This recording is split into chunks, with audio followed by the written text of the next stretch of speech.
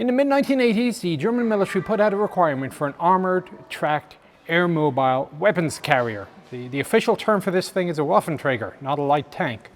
And what it basically is the smallest possible armoured vehicle that will get a 20mm Rheinmetall or a TOW missile system around the battlefield that you can still either put inside a CH-53 or sling load under something like a Black Hawk. Porsche took up the challenge and they came out with this little guy, the Wiesel 1. And it's a small little two-man armoured vehicle that does exactly what it says on the tin. If you have a problem that needs dealing with, that requires something a little bit heavier than you can carry, call up one of these.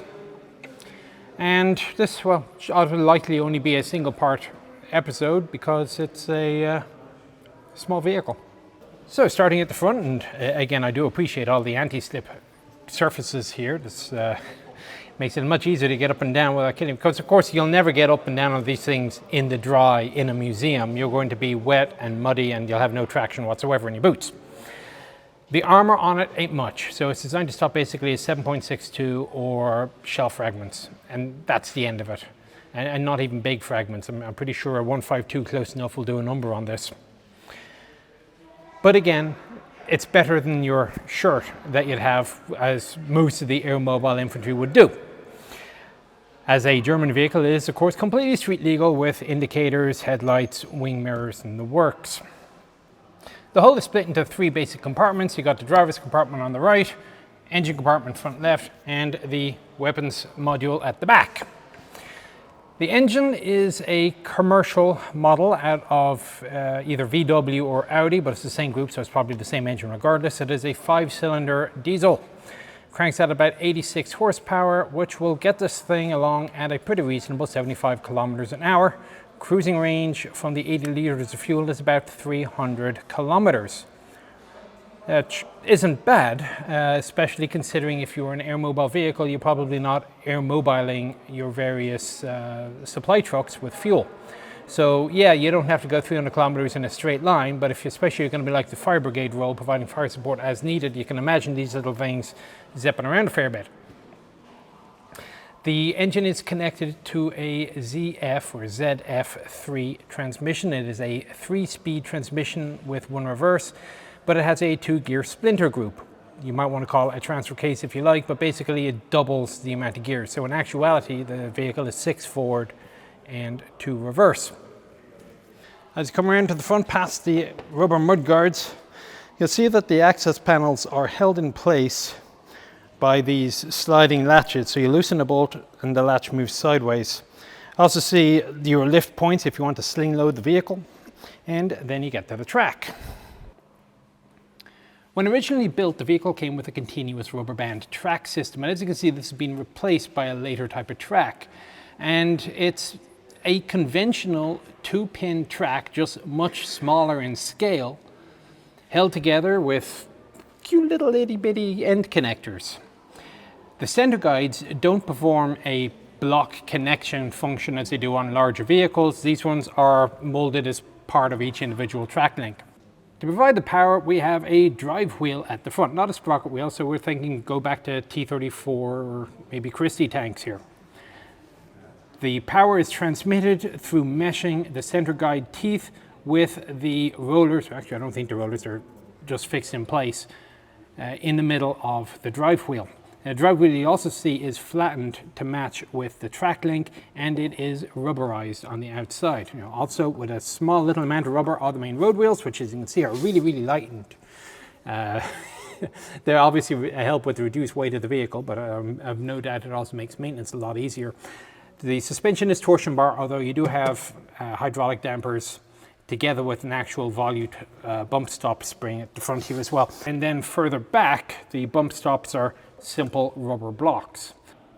The idea behind using the volute spring at the front and then rubber blocks for the others is that, well, if you're driving along, you're going to take a knock on something, it's probably going to go to the first road wheel. As a result, having something with a little bit of give is probably going to be better for the vehicle for the first wheel. Later on, keep it simple, just a rubber block. The simplicity is the only thing I can think of as to why you would put rubber blocks further back and not the volute springs up front. And while I'm thinking about it, a quick check to see which wheel is further forward. And I would say the right wheels are further forward than the left. And this is common on a torsion bar system, that you can't have them exactly symmetrical. The torsion bars will otherwise be in the way of each other. There are short torsion bar systems out there. The Russians had a few of them, but that's your general rule of thumb. They're supported by a single return roller and a trailing idler at the back. The trailing idler does have a little bit of give in the suspension system, but since it performs both tension and suspension functions, it's relatively complicated. So you see there's a central pivot point a bit further back. The idler tensioning system is the module on the back, and there's a small little amount of movement forward of the wheel as well, which connects to a shock. Just up above on the left hand side of the vehicle, starting at the front and then coming out to the back, is the exhaust system. The larger part of the grating here is where the silencer is, and then it's just a straight shot out the back there. Just over my shoulder we have the exhaust for the radiator. The radiator intake is up top.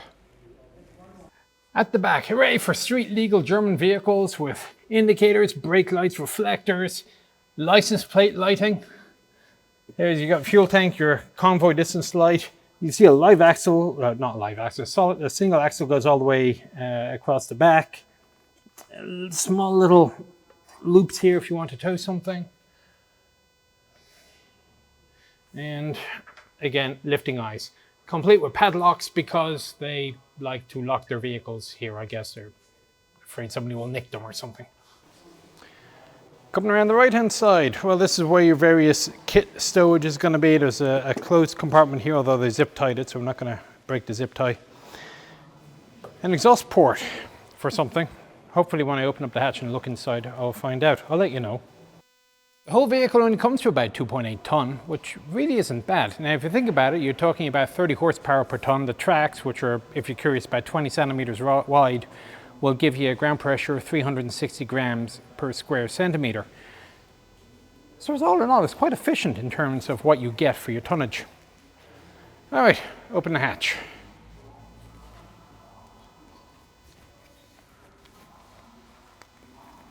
There we go.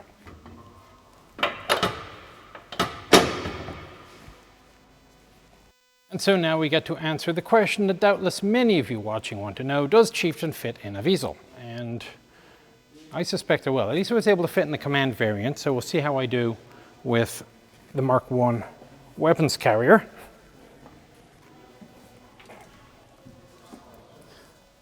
Jumping up and down off this thing is probably not going to result in tanker needs the same way as certain other vehicles.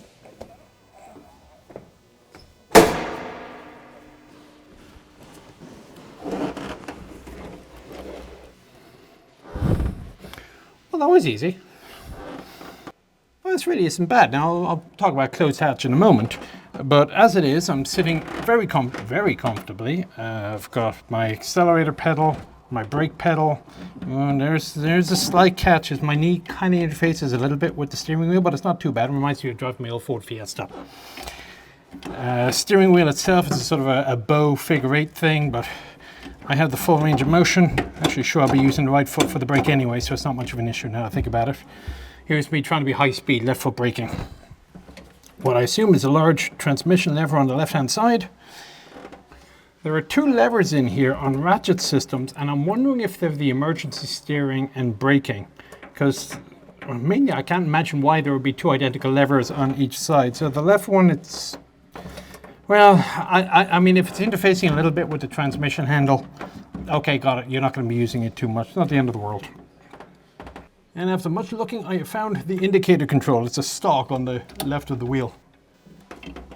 Combo box, I have 3 periscopes. The front periscope can be removed. Let's see how that's done. But if you have night vision system, you would insert the night vision system where the periscope goes. On the right hand side, I have a whole slew of circuit breakers. I have my speedo goes up to 100, rev counter, a start button. Well, that's interesting. What if these are cross-country modes? I'll have a little Google Translate, I guess. We'll see what they say. Battery level, The seat has a small range of motion, fire extinguisher on the back, headrest,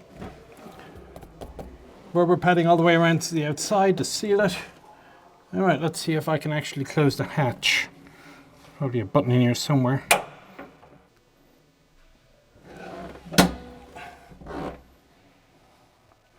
Let's see what happens. So let's pull this down, pull this around.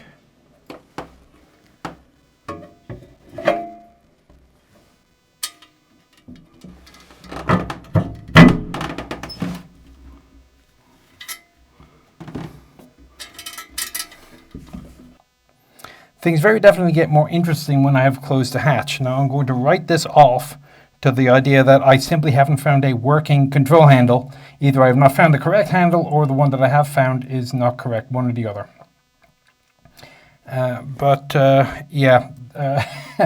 If this is as far down as the seat goes, there is an issue. Now that said, once you're down, I mean, if you're in the right place, then you actually get pretty reasonable vision out of the three periscopes. That said, trying to get us out again. So open up a little latch on the right here, and away we go.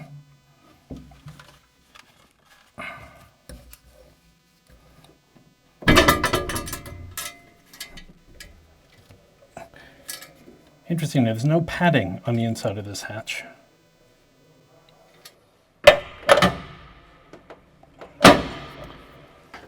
I'll also note that there is a sort of a double lock in here, so if it slips out of the first détente, there is a second one directly underneath which this spring-loaded catch will latch on, so that stops any accidental decapitations which may occur. Actually, now I'm looking, they've got a nice little repeater here that you can see the really important stuff that you need to know when you're driving head out. I see the fadas as some numbers like 0 to 35. Presumably there'll be other information as well, but anyway, nice touch. Probably taking off the Scorpions. Right, moving back to the commander gunner's hatch. Simple, back and latch in place.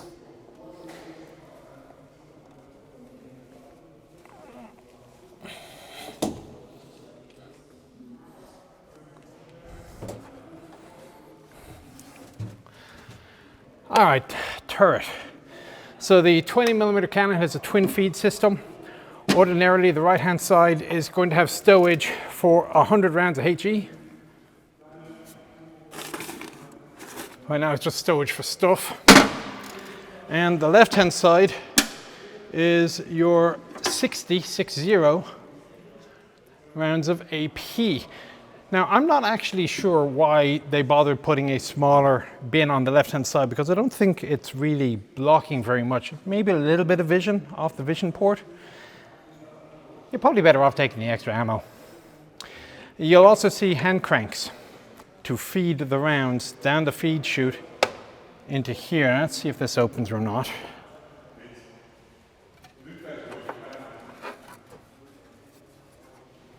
I'll lay bets has to do with the feeding system also. So it looks like I can open the 20mm. There's a little latch at the back here. And we can see what makes it work. Very thin sheeting. Looking at it, it seems that installing the feed chutes on this are a lot easier than on the Bradley.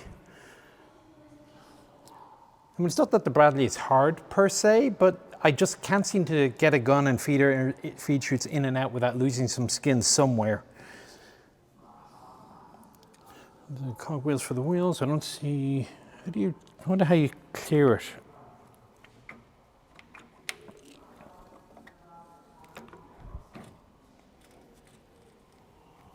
Aha. Again, the RH202 is one of those classic guns that just shows up everywhere. Big enough to have a small little HE round. Very annoying if you're infantry on the receiving end. Will it punch through BMPs? Well, on a good day, depending on the angle. It certainly will do a number on things at BRDMs. And remember, this is air mobile forces. You're not going up against the 2nd Guards tank army. Or if you are, you've got a problem. That said, for such eventualities, there is the Wiesel weapons carrier with the tow missile. Not as many as there are the 20mm perhaps, but they are out there. All right, let's have a look inside.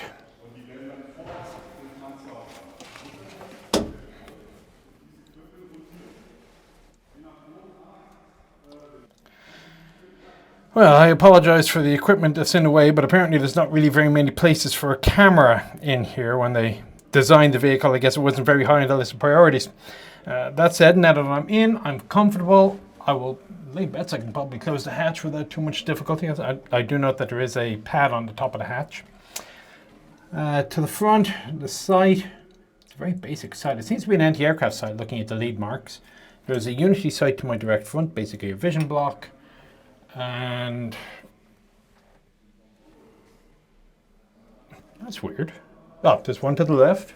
Took a little bit of looking. And one down here on the right. Not a heck of a lot of vision, it has to be said. It looks like you'd be trying to acquire your target primarily by sticking your head out the top. When you do that, traverse and elevation appear to be completely manual. So there's a traverse lock on the left-hand side, pull out and twist. And, I mean, it is a small and light turret. Similarly, elevation, there's a travel lock on the outside of the vehicle. Let me lift that up and out of the way. And, yep, there we go.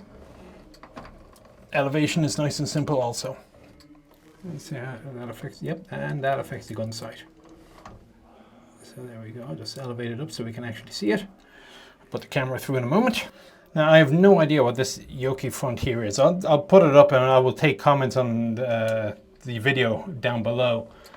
But the piping seems to go up into the turret mechanism.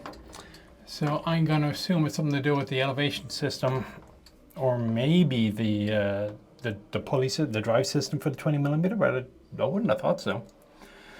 However, I'm open to education, so experts, let me know what you got. Ammunition selector on the left, AP and HE. It's purely mechanical, it looks like. It's basically a big cable. And on the right is a rangefinder, again scaled for AP and HE. Same with what appears to be the cocking handle down here, because if I pull this I see, I don't know if that's a manual trigger or not, but that's what that is. Simple electric controls to the front, again a junction box and internal dome light. So again, anti-slip coating on the floor, which is good. There is no turret basket. However, as I'm traversing around with the traverse control handle, obviously I'm the person in control, so there's no sudden moves of the turret, which means that I can just lift my leg up when I get to something like the central spar here. I don't know what you call it, the backbone, the keel, something like that.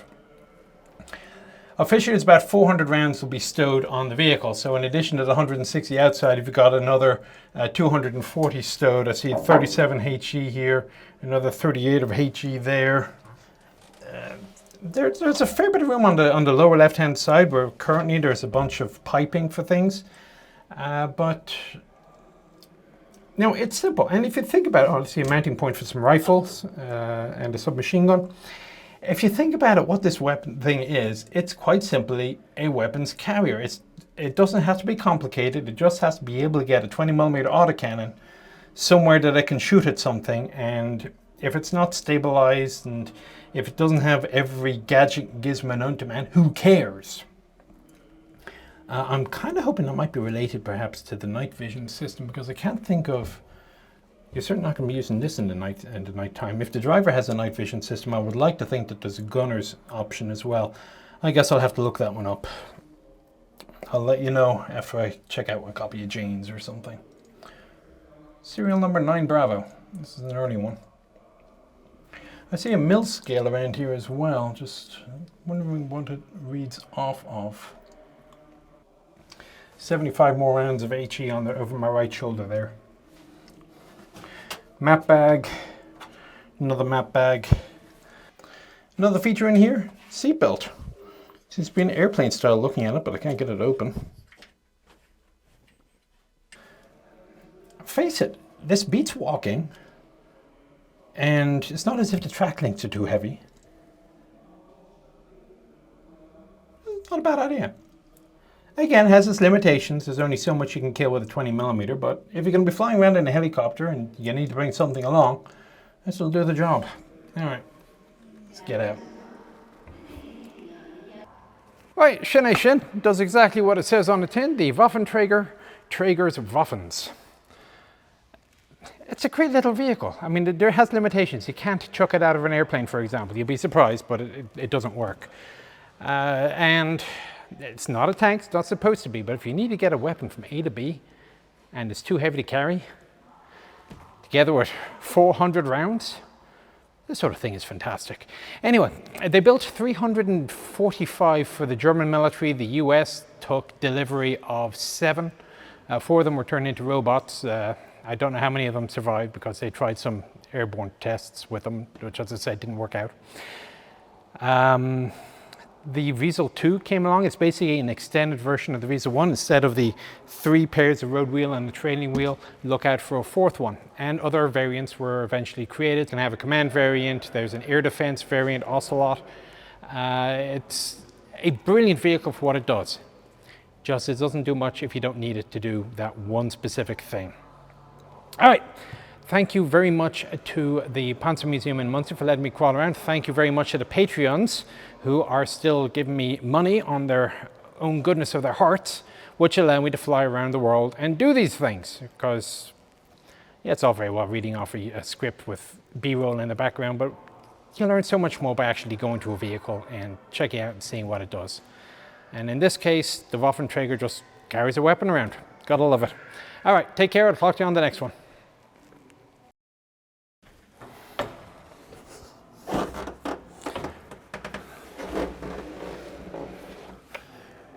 I'm just going to quickly hop back into the driver's hatch here because, well, I've been thinking about it. I have a couple of spare minutes. That's why I haven't been doing them very much. But I think it's about time for an oh bugger the vehicle's on fire test. Granted, it's not going to be quite a valid test because I am in the upper position. That'll probably slow me down a little bit. Still, let's see.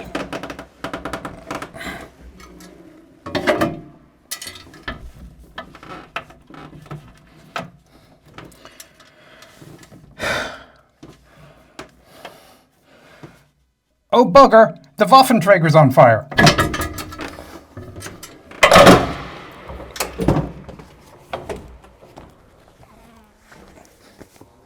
And step off the front, where of course you will get shot by everybody. Still, not hard. Not a light tank. This is the Wiesel 1. Waffenträger literally stands for weapon carrier, or weapon mover, something like that. It's basically a gun on tracks, put it that way, whatever the definition of Traeger is. The suspension is torsion bar, although you do have hydraulic dampers together with an actual volute bump stop spring at the front here as well. Further back, the bump stops are simply rubber blocks. Rubber blocks.